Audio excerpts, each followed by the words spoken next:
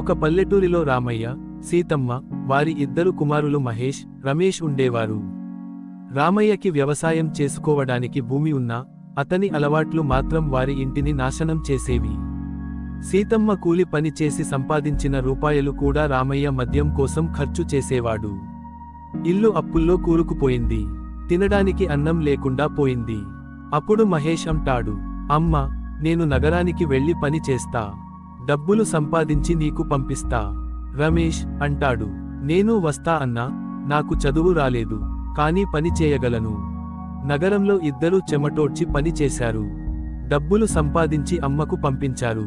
కాని ఆ డబ్బులు కూడా రామయ్య మద్యం కోసం పోయేవి. రామయ్య మద్యంతో అప్పులు పెరిగాయి. గ్రామంలో అందరూ చెడ్డ పేరు చెప్పేవారు. చివరికి మద్యమే అతని ప్రాణం తీసింది. రామయ్య పోయాడు. కానీ సీతమ్మ ఒంటరిగా అయింది.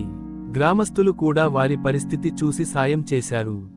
మహేష్, నాన్న, నువ్వు లేకపోయినా మేము అమ్మను చూసుకుంటాం అంటాడు. మహేష్ పని చేసే ఆఫీసు సార్, మీరు ఎంత కష్టపడతారో నాకు తెలుసు. ఇది 1,00,000 రూపాయలు. అమ్మ కోసం. మంచితనం ఎప్పుడూ వృధా కాదని నిరూపించారు సర్. సీతమ్మ పెంచిన మంచి మనసు, ఇద్దరు కుమారుల త్యాగం అందరినీ కదిలించాయి. జీవితంలో ఎన్ని కష్టాలు వచ్చినా, కుటుంబం కోసం త్యాగం చేసే పిల్లలు ఉండగానే ఒక తల్లి ఎప్పటికీ ఒంటరిని కాదు. తల్లిదండ్రుల కోసం మీరు చేసిన ప్రతి త్యాగం ఈ ప్రపంచంలోనే గొప్ప బహుమానం.